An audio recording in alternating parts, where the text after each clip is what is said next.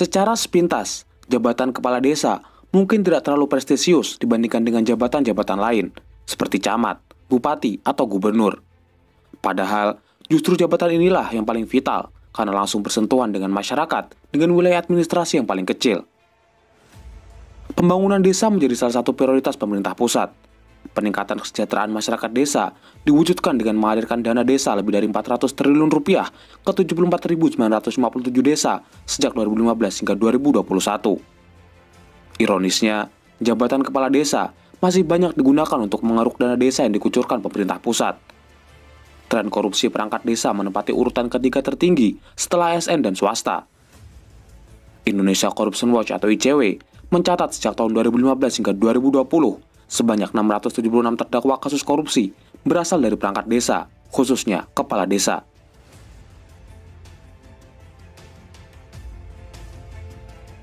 Sejak tahun 2015 hingga 2022, pemerintah pusat telah mengucurkan dana desa sekitar 486 triliun untuk pembangunan dan meningkatkan taraf kehidupan masyarakat desa. Pada 2015, dana desa yang dikucurkan adalah 20 triliun rupiah atau tiap desa menerima 280 juta per tahun. Di tahun 2016, dana desa meningkat menjadi sekitar 45 triliun atau tiap desa menerima kucuran sebesar 600 juta per tahun. Sedangkan di 2017 dan 2018, 60 triliun atau tiap desa menerima dana sebesar 800 juta per tahun. Masalahnya, dana desa yang seharusnya digunakan untuk kepentingan masyarakat dan pembangunan desa justru banyak dikorupsi oleh perangkat desa, lebih-lebih kepala desa untuk kepentingan pribadi dan memperkaya diri. Catatan KPK menunjukkan banyaknya korupsi pengelolaan dana desa bahkan bisa jadi melebihi tingkat korupsi yang terjadi di perkotaan. Berdasarkan temuan dari Satgas Desa dari Kementerian Desa dan Indonesia Corruption Watch terkait pengelolaan dana desa, dari 74.000 desa di Indonesia, 900 desa diantaranya telah melakukan penyimpangan pengelolaan keuangan sejak program dana desa diluncurkan pada tahun 2015. Dalam kurun waktu 2016 hingga 2017 saja, ICW menemukan 110 kasus korupsi dana desa dengan 97% pelaku korupsinya adalah kepala desa dan istri. Sedangkan data KPK dari 2012 hingga 2021, sedikitnya 686 kades di seluruh Indonesia pernah terjerat kasus korupsi. Modus-modus yang digunakan pun beragam, seperti markup, anggaran ganda, pemotongan honor perangkat desa, proyek fiktif, hingga pemotongan pajak yang tidak disetor. Kita ambil beberapa contoh bagaimana perangkat desa dengan mudahnya melakukan korupsi, khususnya mengkorupsi dana desa.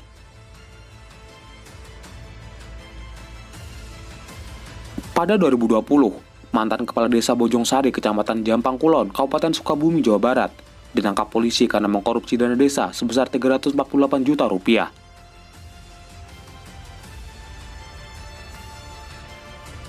Masih di Sukabumi, mantan kepala desa Bantar Gebang periode 2013-2019 mengkorupsi dana desa mencapai 1,3 miliar rupiah.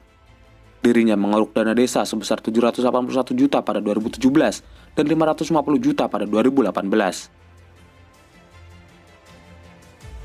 Pada 2021, seorang kepala desa dan kaur anggaran di desa Kasulatombi, Sulawesi Tenggara, ditangkap polisi karena diduga telah melakukan korupsi anggaran dana desa sebesar 628 juta.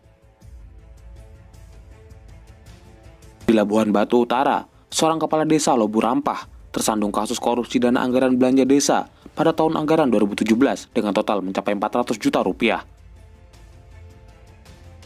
Selanjutnya, kepala desa di Tasikmalaya menjadi tersangka korupsi dana desa mencapai 256 juta rupiah.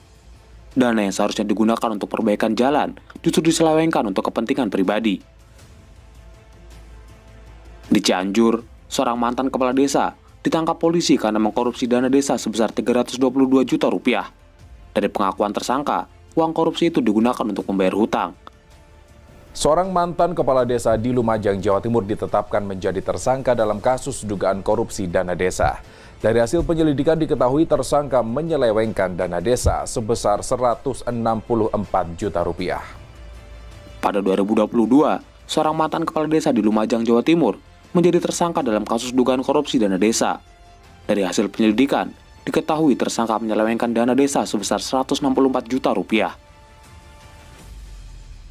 Di Kabupaten Bengkulu Tengah, seorang kepala desa ditahan kejaksaan setelah menghabiskan dana desa senilai 500 juta rupiah untuk berfoya-foya dan berbuat asusila bersama perempuan. Kepala Desa Pilanjau, Kecamatan Sambaliung, Kabupaten Berau, Kalimantan Timur, bernama Burhan terbukti melakukan korupsi aset desa mencapai 765 juta rupiah. Dalam modusnya, ia menggunakan rekening pribadi untuk menarik iuran dari warga setiap bulannya. Kegiatan tersebut sudah berlangsung selama 5 tahun.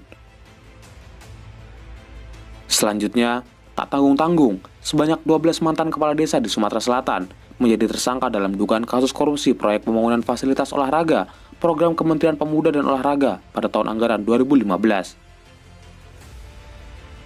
Seorang mantan kepala desa ditahan oleh Kejaksaan Negeri Kabupaten Mojokerto, Jawa Timur karena dugaan korupsi yang merugikan negara sebesar 217 juta rupiah. Pada 2023, seorang mantan kepala desa di Mojokerto, Jawa Timur ditahan kejaksaan karena dugaan korupsi yang menjerat dirinya. Kepala desa 2 periode ini merugikan negara sebesar 217 juta rupiah.